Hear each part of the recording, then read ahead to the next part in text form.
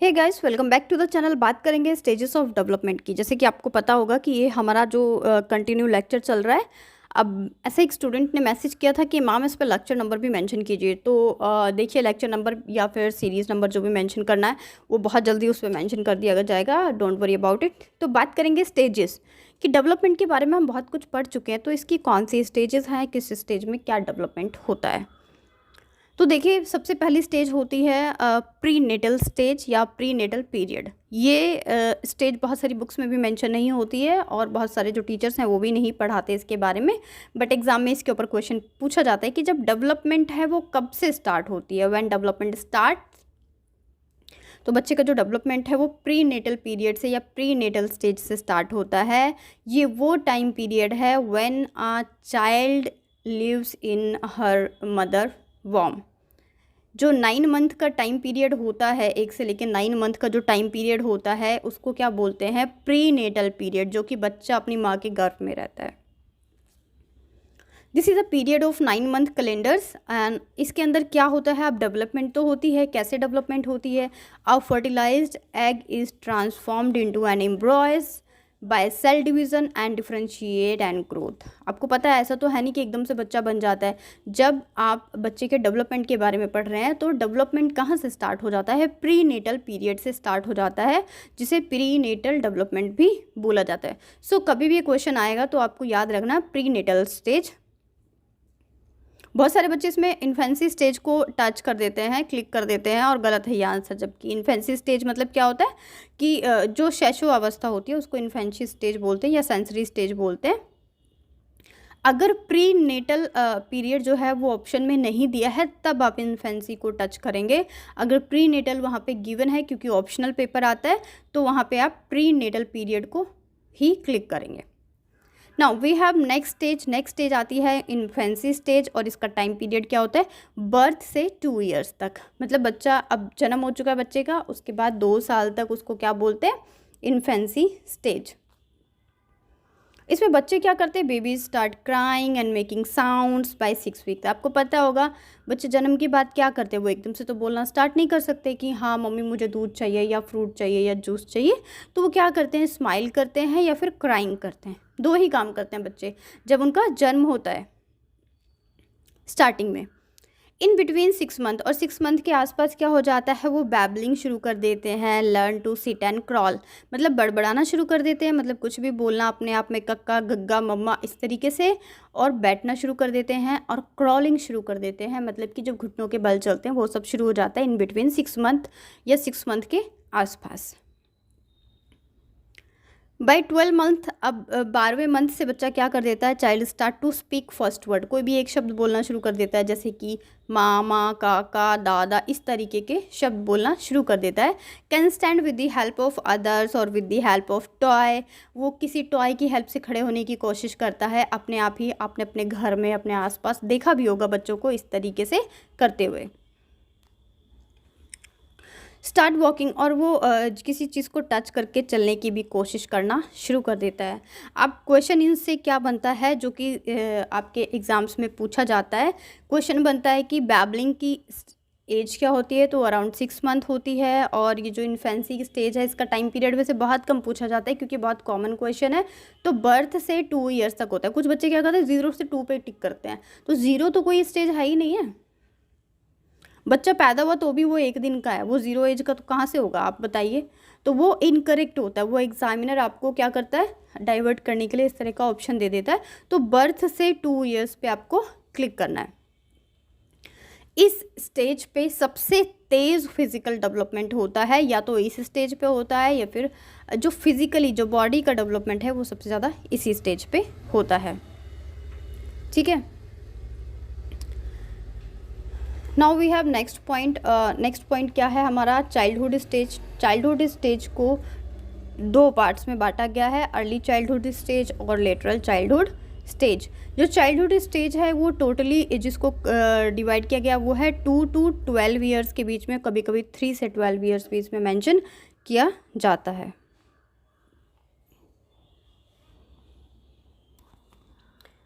So basically जो childhood stage है उसको दो पार्ट्स में डिवाइड किया गया है, early childhood and later childhood. Early childhood में जो ईयर्स मेंशन होते हैं वो 2 से 6 ईयर्स तक होता है और लेटर चाइल्डहुड में 6 to 12 ईयर्स तक होते हैं। कहीं कहीं ये जो एजेस हैं वो 2 to 12 ईयर्स है, कहीं कहीं 3 to 12 या इस तरीके से, तो आसपास की होती है क्योंकि अलग अलग बुक्स हैं, तो हर एक राइटर ने हो सकता है कहीं पे थोड़ा बहुत डिफ्रेंशिएट किया हो, पर आप उसे ईजिली फाइंड आउट कर लेंगे। ऐसा नहीं है कि आपको किसी बुक में 2 से 3 साल ही दे देंगे, नहीं, ऐसा बिल्कुल नहीं होता। तो जो सबसे ज़्यादा डेवलपमेंट या फिर बहुत सारी जो स्टेजेस हैं उनकी बात करेंगे, तो जो चाइल्डहुड स्टेज है इसमें देखिए, जब बात होती है रैपिड फिजिकल डेवलपमेंट की तो सबसे ज़्यादा होता है इन्फेंसी स्टेज में, लेकिन सेकंड नंबर पे होता है चाइल्डहुड स्टेज में। सबसे ज़्यादा अर्ली चाइल्डहुड स्टेज में भी फिजिकल डेवलपमेंट तेज़ी से होता है। नंबर 1 पे कहाँ होता है, इन्फेंसी पे, और नंबर 2 पे कहाँ होता है, चाइल्डहुड, अर्ली चाइल्डहुड स्टेज पे। अगर क्वेश्चन पेपर में आपका infancy stage, early childhood, lateral childhood और प्रीनेटल स्टेज हो तो वहाँ पे इन्फेंसी पे क्लिक करना है आपको, क्योंकि इन्फेंसी में सबसे ज़्यादा सबसे तेज़ फिजिकल डेवलपमेंट होता है। अगर इन्फेंसी गिवन ना हो, जैसे कि prenatal, early childhood, lateral childhood और एडोलेसेंस, तो आपको किस पे क्लिक करना है, चाइल्डहुड स्टेज पे टिक करना है, वो आपका करेक्ट आंसर होगा। साइकोलॉजी में बहुत सारे बच्चे बोलते हैं कि आंसर्स चेंज करते हैं, आंसर्स नहीं चेंज करते, उसके ऑप्शन देखा करो, ऑप्शन जब ध्यान दोगे तो वहाँ से डिफरेंशिएट पता चलता है। ठीक है, मुझे लगता है आप क्लियर है। अर्ली चाइल्डहुड में क्या क्या होता है, इसे क्या क्या बोलते हैं ये आप ध्यान से सुन लो, क्योंकि इनके ऊपर क्वेश्चन आता है। प्री स्कूल एज भी बोलते हैं, प्ले एज भी बोलते हैं, क्वेश्चन एज भी बोलते हैं, टॉय एज भी बोलते हैं, और एक हरलॉक हैं, ई हरलॉक, वो बोलते हैं he has remarked this stage as a play age and question stage. तो ये पूछा जा सकता है कि किस राइटर ने बोला है कि जो अर्ली चाइल्डहुड है वो प्ले स्टेज है और क्वेश्चन स्टेज है, तो किसने बोला है, ई हरलॉक ने बोला है। प्री गैंग एज भी है और एक्सप्लोरेशन एज भी है, तो ये सारी एजेस आपको याद होना चाहिए कि अर्ली चाइल्डहुड को इस नाम से जाना जाता है, क्योंकि क्वेश्चन इस तरीके से आ जाता है कि टॉय एज कौन सी है, तो वहाँ पे आप कंफ्यूज हो जाओगे कि कहीं ऐसा तो नहीं कि सेंसरी या फिर इन्फेंसी स्टेज की बात हो रही है, बिल्कुल नहीं। अर्ली चाइल्डहुड को टॉय एज बोला जाता है। नाउ अब डिस्कस करेंगे कि लिटरल चाइल्डहुड क्या होता है। तो लिटरल चाइल्डहुड होता है 6 से 12 ईयर्स के बीच में, इसको प्री प्यूबर्टी एज भी बोलते हैं। It is a period of slow and uniform growth period. इस टाइम पीरियड पे जो ग्रोथ है या जो डेवलपमेंट है उसका रेट स्लो हो जाता है, बंद नहीं होता, स्लो होता है। स्टार्ट टू बिकम एक्टिव, बच्चा इसमें एक्टिव बनना शुरू कर देता है। इस एज को गैंग एज भी बोला जाता है, प्री गैंग एज बोला जाता है। इस एज को भी गैंग एज बोला जाता है, क्योंकि प्रॉपर जो गैंग एज है वो एडोलेसेंट में होती है, लेकिन यहाँ पे इसको भी प्री गैंग एज बोला जाता है। सेम सेक्स के फ्रेंड बनाना पसंद होता है बच्चों को, जो बॉयज़ हैं वो बॉयज़ के बीच में खेलना चाहते हैं, जो लड़कियां हैं वो लड़कियों के बीच में खेलना चाहती हैं, क्योंकि जो इंटरेस्ट होता है, जो फ्रेंड सर्कल का इंटरेस्ट है वो सेम एज में होता है इन this period. Social adjustment start हो जाता है, परमानेंट टीथ आ जाते हैं, और एलिमेंट्री स्कूल एज भी इसको बोला जाता है। क्या बोलते हैं, एलिमेंट्री स्कूल एज भी बोला जाता है लिटरल चाइल्डहुड को। ये दोनों बहुत ध्यान से करना है, क्योंकि अर्ली चाइल्डहुड और लिटरल चाइल्डहुड सबसे ज़्यादा जो क्वेश्चंस पुटअप होते हैं तो या तो अर्ली चाइल्डहुड से पुटअप होते हैं या तो लिटरल चाइल्डहुड से पूछे जाते हैं।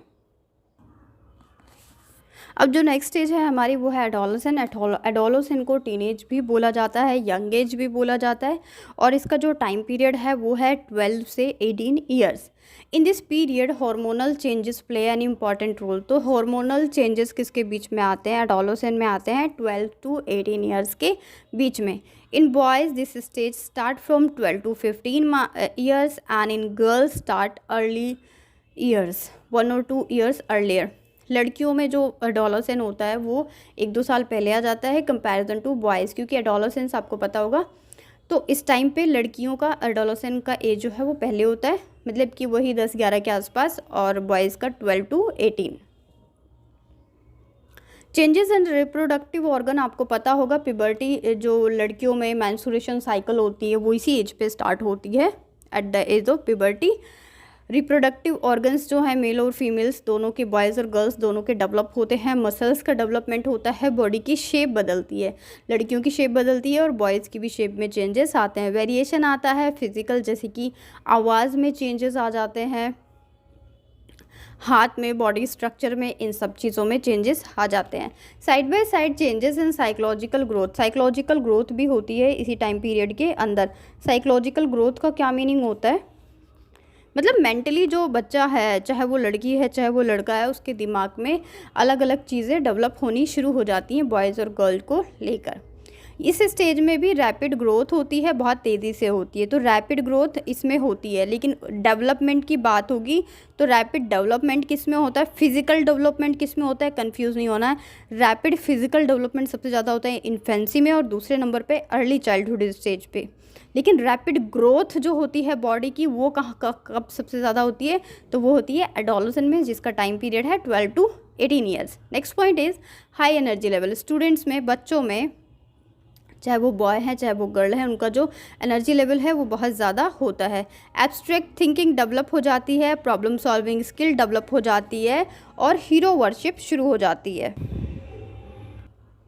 अच्छा, क्या मीनिंग होता है हीरो वर्शिप का, क्योंकि इस टाइम पीरियड पे चाहे वो कोई भी लड़का हो, चाहे वो बॉय हो या गर्ल हो, दोनों के ही फेवरेटिज्म आ जाते हैं, favourite hero, favourite freedom fighter, और वो उनका रोल मॉडल बनना चाहते हैं, उन्हीं की तरह बनना चाहते हैं। तो ये हीरोशिप कब आती है, ये भी एडोलसेंस में आती है। कंट्रास्टिंग मेंटल मूड, इस एज पे बॉयज़ और गर्ल्स दोनों का मूड बहुत तेज़ी से बदलता है, स्विंग होता है, कभी अच्छा होता है तो एकदम से ख़राब हो जाता है, बहुत ख़राब होता है तो एकदम से अच्छा हो जाता है। Next point is moral awakening. Yes, क्या सही है क्या गलत है, जो नैतिक मूल्य होते हैं वो इसी एज से शुरू हो जाते हैं। आई एम नॉट सेइंग कि डेवलप हो जाते हैं, शुरू हो जाते हैं, स्टार्टिंग एज है, इसीलिए इसको क्या बोला गया है, अवेकनिंग एज इसको बोला जाता है। सोशली एक्टिव, इस एज में बच्चा जो है वो सोशली एक्टिव होता है, इंटरेक्ट करना चाहता है, इसको गैंग एज भी बोला जाता है, क्योंकि इस टाइम पीरियड पे जितने भी बॉयज़ और गर्ल्स हैं उनके लिए उनके दोस्त ही सब कुछ है, उनके फ्रेंड ही सब कुछ हैं। आप अपने टाइम पीरियड को अगर इसके साथ मेंशन करके देखेंगे तो आपको भी रियलाइज़ होगा कि आपके मैक्सिमम जितने भी फ्रेंड्स बने थे वो लगभग इसी टाइम पीरियड पे बने थे। उसकी बात तो ये है कि जहाँ पे भी आप जॉब करेंगे, जहाँ पे भी पढ़ेंगे, तो 2-4 लोगों से आपकी दोस्ती होना एक कॉमन सी बात है। डे ड्रीमिंग, क्वेश्चन आता है कि डे ड्रीमिंग बच्चा कब करता है, तो डे ड्रीमिंग करता है वो एडोलसेंस की एज पे, मतलब कि 12 to 18 ईयर्स के बीच में। इस बीच में बच्चे बहुत सोचते हैं, मतलब डे ड्रीमिंग मतलब दिन में सोचना, हमेशा सोचते रहना, करने से ज़्यादा वो सोचते रहते हैं, जैसे कि मुझे ये करना है, वो करना है, फ्यूचर में ऐसा हो जाएगा, मुझे ये बनना है, इसके लिए ये करना पड़ेगा, तो ड्रीमिंग स्टार्ट होती है। ड्रीमिंग चाहे वो ऑपोजिट सेक्स को लेके हो, करियर को लेके हो, फैमिली को लेके हो, एजुकेशन को लेके हो, किसी भी चीज़ को लेकर हो सकती है। अब ये रही स्टेजेस की बात, इसके बीच में एक नाम मुझे याद आया जिनका नाम है स्टैनली हॉल। स्टैनली हॉल जिन्होंने 1904 में एक बुक पब्लिश की जिसका नाम ही रखा क्या, एडोलसेंस। वो एडोलसेंस पे इतना कुछ लिखना चाहते थे बिकॉज बहुत ज़्यादा चेंजेस होते हैं एडोलसेंस में, और उन्होंने इसके अंदर anthropology, sociology, sex, crime, religion and education, relationship उन्होंने बताया है कि किस तरीके से फिज़िकली बॉडी का इन सब चीज़ों के साथ रिलेशन है। और उन्होंने क्या बोला है, adolescence is the time period of storm and drank. Storm का मीनिंग होता है स्टॉर्म और ड्रैंक का मीनिंग होता है स्ट्रेस। अब हमारी स्टेजेस कितनी हो गई अगर एक बार काउंट करें तो, prenatal stage, infancy stage, childhood stage, childhood में अर्ली चाइल्डहुड और लेटरल चाइल्डहुड स्टेज, एडोलसेंस के बाद आ जाता है अडल्टहुड। अब अडल्टहुड को भी 2 फर्दर कैटेगरीज में डिवाइड किया जाता है। अडल्टहुड होता है 18 to 60 या 60 प्लस जो भी है। अडल्टहुड में भी 2 होते हैं, 60 तक होता है अडल्टहुड, अर्ली अडल्टहुड और लेटरल अडल्टहुड। जो अर्ली अडल्टहुड होता है वो होता है वही आपका 18-19 से लेके 30-35 तक, ठीक है। किसी बुक में 30 होता है, किसी में 35 होता है, मतलब किसी में 19 to 30 होता है, किसी में 20 to 35 होता है, तो इस तरीके का होता है, मतलब आसपास की स्टेजेस। अर्ली एडल्टहुड में क्या होता है, ऑलमोस्ट जितने भी स्टूडेंट इस वीडियो को देख रहे हैं, क्योंकि 18 ईयर्स पे आप इतने क्वालिफाइड नहीं है कि आप किसी टीचिंग एग्जाम की प्रिपरेशन करें, वो सब किस में आते हैं, हम सब किस में आते हैं, अर्ली एडल्टहुड में आते हैं। इसके अंदर क्या होता है, मैरिजेस होती हैं, पेरेंटहुड होता है, चाइल्ड होल्डिंग अ जॉब। अब आप सब इस वीडियो को अगर पढ़ रहे हैं, इसको देख रहे हैं, तो जितने भी स्टूडेंट्स हैं उनको सबको क्या है, जॉब चाहिए। जॉब के लिए ही वो इसको पढ़ रहे हैं। ये पोर्शन साइकोलॉजी का जो कोर्स करते हैं बच्चे, उनमें भी इंक्लूड है। चाइल्ड डेवलपमेंट का जो कोर्स करते हैं उनमें भी इंक्लूड है ये वाला सब्जेक्ट, यही टॉपिक्स हैं। तो holding a job, career banana, family को मेंटेन करना, अपने बच्चों की टेक केयर करना। कुछ लोगों की बहुत जल्दी शादी हो जाती है तो वो अपने बच्चों की भी टेक केयर करते हैं। ज़रूरी नहीं है सब लोग 35+ शादी करते हैं। आज की डेट में इंडिया में ऑलमोस्ट शादी जो हो रही है वो 30 से 35 के बीच में हो रही हैं। उनकी जो पढ़ लिख कर कुछ कर रहे हैं उनकी बात कर रही हूँ मैं। अब जिनको कुछ नहीं करना वो तो 20 साल में भी शादी कर लेते हैं ना। 12th पास हुई और शादी कर ली, दैट्स इट, कहानी ख़त्म।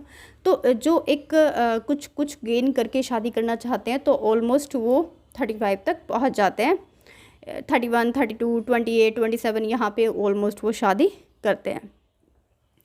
अब बात करें अगर लेटरल अडल्टहुड की, इसको लेटरल अडल्टहुड को मिडिल अडल्टहुड भी बोला जाता है। इसमें 30 से 60 या फिर 35 से 65 इस तरह की एजेस को इसके अंदर काउंट किया जाता है। इसके अंदर बेसिकली कुछ नहीं होता। जो मेन चीज़ होती है वो पेरेंटहुड होता है। अपने बच्चों को देखना, उनके एजुकेशन पे खर्चा करना, उनकी शादी वादी कराना, ये सब चीज़ें इसके अंदर आ जाता है। डेवलपमेंट होता है पर उसका रेट बहुत ज़्यादा स्लो हो जाता है।